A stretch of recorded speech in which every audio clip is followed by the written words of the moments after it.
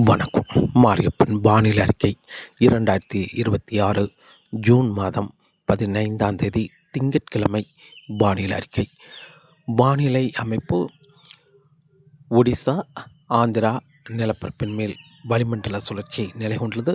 மேலும் தென்மேற்கு வங்கக்கடலில் வளிமண்டல சுழற்சி நிலை கொண்டுள்ளது. இந்த நிகழ்வு தொடர்ந்து தெற்கே முன்னேறி வந்து மன்னார் வளைகுடா தென் மாவட்டங்களை இணைக்கும் விதமாக தொடர்ந்து வளிமண்டல சுழற்சி தெற்கே முன்னேறி வரும் என்பதால் தமிழகத்தில் வரும் நாட்கள் படிப்படியாக தமிழகத்தில் காற்றுப்பகுதிக்கும் முன்னேறி வந்து வெப்பச்சலமழை கிடைக்க வாய்ப்புள்ளது. அதே வழியில் ஜூன் 15, 16 இரு தினங்கள் தமிழகத்தில் வெப்பச்சலமழை சற்று குறைவான பரப்பில் மழை கிடைக்கும். தென் மாவட்டங்களுக்கு சற்று கூடுதலான பரப்பிலும், வட மாவட்டங்களுக்கு குறைவான பரப்பிலும் மழை கிடைக்கும். ஜூன் 17, 18 தேதிகளில் காற்றுப்பகுதிக்கு குறைவாகவும் மற்ற இடங்களில் கூடுதலான பரப்பில் மழை கிடைக்கும். அதாவது மத்திய மாவட்டங்கள், கர்நாடக எல்லை மாவட்டங்கள், சென்னை சுற்றியுள்ள மாவட்டங்கள், டெல்டா மாவட்டங்களாம் கூடுதலான பரப்பில் பரவலாக கனமழையாக கிடைக்க வாய்ப்புள்ளது. ஜூன் 19ஆம் தேதியிலிருந்து அரபிக்கடலில் ஒரு வளிமண்டல சுழற்சியும், அதேவேளை இப்போது ஒடிசாவில் நிலை கொண்டிருக்கும் வளிமண்டல சுழற்சி வடகிழக்கு வங்கக்கடலில் இறங்கி வளிமண்டல சுழற்சியாக காற்று சுழற்சியாக தீவிரமடைந்து தென்மேற்கு பருவமழை படிப்படியாக தீவிரமடையும்.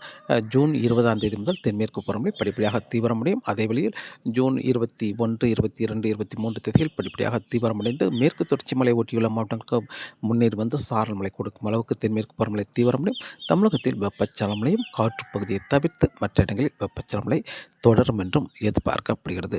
அதே வழியில் வருகிற நாட்களில் வெயிலும் சற்று தமிழகத்தில் அதிகரித்து காணப்படும். பெரும்பாலும் தென் மாவட்டங்கள், மத்திய மாவட்டங்கள், கர்நாடக எல்லையோர மாவட்டங்கள், சென்னை சுற்றியுள்ள மாவட்டங்களுக்கு சற்று 1-2 டிகிரி செல்சியஸ் வெயில் சற்று அதிகரித்து காணப்படும். அதே வழியில் ஜூன் 19ஆம் தேதி படிப்படியாக வெயிலின் தாக்கம் குறையும் என்றும் எதிர்பார்க்கப்படுகிறது. இன்று ஜூன் மாதம் 15ஆம் தேதி திங்கட்கிழமை. இன்று அதிகாலை நேரங்களில் பெரும்பாலும் டெல்டா மாவட்டங்கள், மத்திய மாவட்டங்கள், மேற்கு தொடர்ச்சி ஒட்டியுள்ள மாவட்டங்களுக்கு மேகம் சூழ்ந்து காணப்படும். உயர் மேகங்கள் இருக்கும் என்பதால் இன்று தாமதமாக ஒரு மந்தமான வெயிலாக இருக்க வாய்ப்பு. டெல்டா மாவட்டங்கள், மத்திய மாவட்டங்கள் இன்று தமிழகத்தில் மழை என்பது இன்று தென் மாவட்டங்களுக்கு சற்று கூடுதலான பரப்பில் லேசான முதல் மிதமான மழை கிடைக்க வாய்ப்புள்ளது. இன்று கன்னியாகுமரி மாவட்டத்தை பொறுத்தவரை ஆங்கங்கே லேசான முதல் மிதமான மழை கிடைக்க வாய்ப்புள்ளது.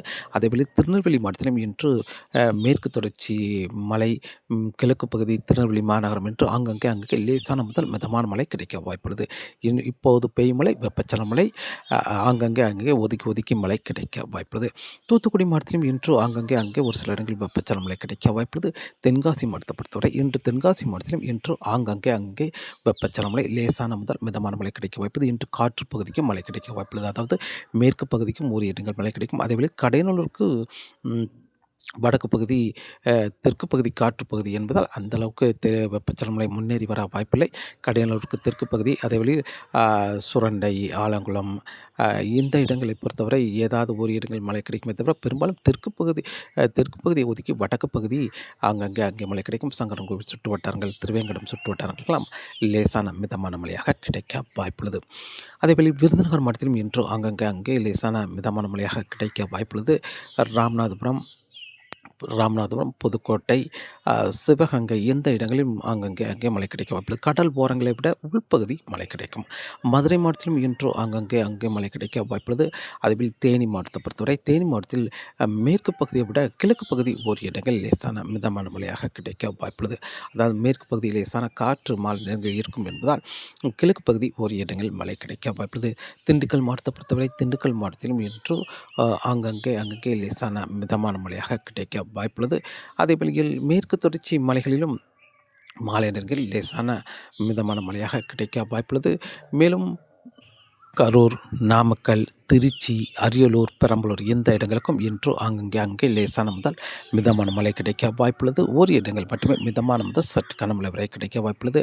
அதேபோல் கோயம்புத்தூர் மாவட்டத்தை பொறுத்தவரை கோயம்புத்தூர் மாவட்டத்தில் இன்று தெற்கு பகுதி அங்கே ஒரு இடங்கள் லேசான மழைப்பொழிவு, மேற்கு தொடர்ச்சி மலைகள் பெய்யும் மழை முன்னேறி வந்து லேசான மழைப்பொழிவு. பொள்ளாச்சி சுற்று வட்டாரங்கள், உடுமலைப்பேட்டை சுற்று வட்டாரங்களுக்கு மாலை நேரங்களில் இல்லாவிட்டாலும் இரவு நேரங்களில் லேசான மழைப்பொழிவு கிடைக்கும் என்றும் எதிர்பார்க்கப்படுகிறது. அதேவேளை கோயம்புத்தூர் வடக்கு பகுதி ஒரு இடங்கள் லேசான மழைப்பொழிவு கிடைக்கும் என்றும் எதிர்பார்க்கப்படுகிறது. நீலகிரிக்கும் லேசான மிதமான மழை கிடைக்க வாய்ப்புள்ளது.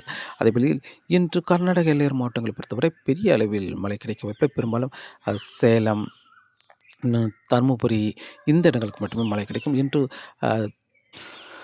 கர்நாடகாவில் இருந்து வரும் காற்று வட மேற்கிலிருந்து உள்ளே தமிழகத்தில் நுழையும் என்பதால் காற்று சற்று வலுவாக இருக்கும். அதே வழியில் இரு காற்று இணைவு கர்நாடக எல்லையோர மாவட்டங்களுக்கு இன்று கிடைக்க வாய்ப்பில்லை. இதன் காரணமாக இன்று பெரிய அளவில் கர்நாடக எல்லையோர மாவட்டங்களுக்கும் பெரிய அளவில் மழை கிடைக்க வாய்ப்பில்லை. அதேவழி சென்னை சுற்றியுள்ள மாவட்டங்களுக்கும் இன்று பெரிய அளவில் மழை கிடைக்க வாய்ப்பில்லை. ஓரிரு இடங்களில் மட்டுமே மழை கிடைக்கும். பெரும்பாலும் உள்பகுதி மட்டுமே மழை கிடைக்கும். திருவண்ணாமலை, கள்ளக்குறிச்சி, ராணிப்பேட்டை இந்த இடங்களுக்கு மட்டுமே அங்கே மழை கிடைக்கும். ஆனால் இன்று சற்று கூடுதலான பரப்பு என்பது பெரும்பாலும் தென் மாவட்டங்களுக்கு அங்கே மழை கிடைக்கும். சற்று கூடுதலான பரப்பில் அதைவிட சற்று குறைவான பரப்பு மத்திய மாவட்டங்கள், அதைவிட குறைவான பரப்பு என்பது கர்நாடக எல்லையோர மாவட்டங்கள், சென்னை சுற்றியுள்ள மாவட்டங்களுக்கு மட்டுமே ஓரிரு இடங்கள் மட்டுமே மழை கிடைக்கும். டெல்டா மாவட்டங்களை பொறுத்தவரை பெரிய அளவில் இன்றும் மழை கிடைக்க வாய்ப்பில்லை. ஏதாவது ஓரிரு இடங்கள் மட்டுமே மழை கிடைக்குமே தவிர பெரிய அளவில் மழை கிடைக்க வாய்ப்பில்லை. இன்று மன்னார் வளைகுடா நுழையும் காற்று வடக்கு நோக்கி சற்று வலுவாக வடக்கு நோக்கி பயணிக்கும் என்பதால் பெரிய அளவில் மழை கிடைக்க வாய்ப்பில்லை. இரு காற்று இன்று உள் மாவட்டங்களுக்கு மட்டுமே காற்று இணைவின் காரணமாக மழை கிடைக்க வாய்ப்புள்ளது. இன்று ஜூன் மாதம் 15ஆம் தேதி திங்கட்கிழமையை பொறுத்தவரை. நாளை ஜூன் மாதம் 16ஆம் தேதி சற்று கூடுதலான பரப்பில் மழை கிடைக்க வாய்ப்புள்ளது. தென் மாவட்டங்களுக்கு சற்று கூடுதலான பரப்பில் மழை கிடைக்கும். அதேவேளை நாளை காற்று பகுதிக்கு மேற்கு பகுதியை ஒதுக்கி கிழக்கு பகுதி மழை கிடைக்கும். தென்காசி மாவட்டத்தை பொறுத்தவரை கிழக்கு பகுதி மழை கிடைக்கும். மேற்கு பகுதி பெரும்பாலும் ஒதுக்கும். அதேவேளை திருநெல்வேலி மாவட்டத்தை பொறுத்தவரை திருநெல்வேலி மாநகரம் கிழக்கு பகுதி மழை கிடைக்கும். மேற்கு பகுதி சற்று ஒதுக்க வாய்ப்புள்ளது. இப்படி நாளை லேசான காற்று மாலை நேரங்களில் இருக்கும் என்பதால் உள்பகுதி மழை கிடைக்கும். அதேவேளையில் உள் மாவட்டங்களுக்கும் பரவலான மழைப்பொழிவு, மத்திய மாவட்டங்களுக்கும் பரவலாக மழை கிடைக்கும். நாளை மிதமான முதல் சற்று கனமழையாகவும் கிடைக்கும் உள் மாவட்டங்களுக்கு. அதுவில் கர்நாடக எல்லையோர மாவட்டங்கள், சென்னை சுற்றியுள்ள மாவட்டங்கள், டெல்டா மாவட்டங்களுக்கு சற்று பரப்பில் குறைந்த இடங்களே மழை கிடைக்கும். நாளை ஜூன் 16ஆம் தேதி. அதே வழியில் நாளை தாராபுரம் சுற்று வட்டாரங்கள், கரூர், நாமக்கல் இந்த இடங்களுக்கெல்லாம் மழை கிடைக்க வாய்ப்புள்ளது. நாளை விட இன்றை விட நாளை விட சற்று கூடுதலான பரப்பில் மழை கிடைக்கும். ஜூன் 16ஆம் தேதி. ஜூன் 17ஆம் தேதியை பொறுத்தவரை காற்று பகுதியை ஒதுக்கி மற்ற இடங்களில் அனைத்து மாவட்டங்களுக்கும் மழை கிடைத்தாலும் காற்று பகுதியை ஒதுக்கி மற்ற இடங்களில் மழை கிடைக்கும். அதாவது கோயம்புத்தூர் மாவட்டத்தை பொறுத்தவரை முழுமையாக பொள்ளாச்சி, உடுமலைப்பேட்டையை ஒதுக்கிவிடும். அதுக்கு கிழக்கே மழை கிடைக்கும். அதாவது திருப்பூர் மாவட்டம் தாராபுரத்துக்கு மழை கிடைக்க வாய்ப்புள்ளது. அதேவேளையில் தெற்கு பகுதி ஒதுக்கி வடக்கு பகுதி கோயம்புத்தூர் மாவட்டம் வடக்கு பகுதி சுற்று வட்டாரங்களுக்கெல்லாம் அன்னூர் சுற்று வட்டாரங்கள், புஞ்சை, புளியம்பட்டி இந்த இடங்களுக்கெல்லாம் மழை கிடைக்க வாய்ப்புள்ளது. ஜூன் 17ஆம் தேதி. அதேவேளை கர்நாடக எல்லையோர மாவட்டங்களுக்கு கூடுதலான பரப்பில் கனமழையாக கிடைக்கும். மத்திய மாவட்டங்களுக்கு பரப்பில் கூடுதலான இடங்களில் கனமழையாக கிடைக்கும். அப்போது டெல்டா மாவட்டங்களுக்கும் பரவலாக கனமழையாக கிடைக்கும். ஜூன் 17ஆம் தேதி சென்னைக்கும் பரவலான மழைப்பொழிவாக கனமழையாக கிடைக்கும். தென் மாவட்டங்களை பொறுத்தவரை மதுரை, ராமநாதபுரம், புதுக்கோட்டை, சிவகங்கை இந்த இடங்களுக்கெல்லாம் மழை கிடைக்கும். பரவலாக கனமழையாகவே கிடைக்கும். அதே வழியில் தென்காசி மாவட்டத்தை பொறுத்தவரை கிழக்கு பகுதியை முழுமையாக ஒதுக்கி மேற்கு பகுதியை முழுமையாக ஒதுக்கி கிழக்கு பகுதி அங்கே மழை கிடைக்கும். திருவேங்கடம் சுற்று வட்டாரங்கள், இளையரேசன் இந்த இடங்களுக்கெல்லாம் மழை கிடைக்க வாய்ப்புள்ளது. ஜூன் 17ஆம் தேதி பரவலாக. அதே வழியில் தூத்துக்குடி மாவட்டத்தில் பரவலான மழை பொழிவாக இருக்கும். கன்னியாகுமரி, திருநெல்வேலி மாவட்டத்தை பொறுத்தவரை கிழக்கு பகுதி மழை இருக்கும். மேற்கு பகுதியை முற்றிலுமாக ஒதுக்க வாய்ப்புள்ளது. ஜூன் 17ஆம் தேதி. ஜூன் 18ஆம் தேதி தமிழகத்தில் ஒரு பரவலான மழைப்பொழிவு கிடைக்க வாய்ப்புள்ளது. அப்போது காற்று பகுதியை தவிர்த்து மற்ற இடங்கள் பரவலாக கனமழையாக கிடைக்கும். ஜூன் 18ஆம் தேதி. ஜூன் 19ஆம் தேதியை பொறுத்தவரை இப்போது நிலை கொண்டிருக்கும் ஆந்திரா, கர்நாடகா இப்போது ஒடிசா, ஆந்திராவில் நிலை கொண்டிருக்கும் வளிமண்டல சுழற்சி வடகிழக்கு வங்கக்கடலுக்கு சென்று காற்று சுழற்சியாக தீவிரமடையும். அதே வழியில் அரபிக்கடலில் மேற்கு மகாராஷ்டிரா, கோவா இடைப்பட்ட இடத்தில் ஒரு வளிமண்டல சுழற்சி உருவாகும். இருவேறு வளிமண்டல சுழற்சிகள் தென்மேற்கு பருவமழை படிப்படியாக தீவிரமடையும். ஜூன் 19ஆம் தேதி முதல் தென்மேற்கு பருவமழை சற்று தீவிரமடையும். தென்மேற்கு காற்று சற்று கிழக்கு நோக்கி பயணிக்கும் என்பதால் வெப்பச்சலனை தமிழகத்தில் சற்று குறைவான பரப்பிலே மழை கிடைக்கும். உள் மாவட்டங்களுக்கு மட்டுமே அங்கே மழை கிடைக்கும்.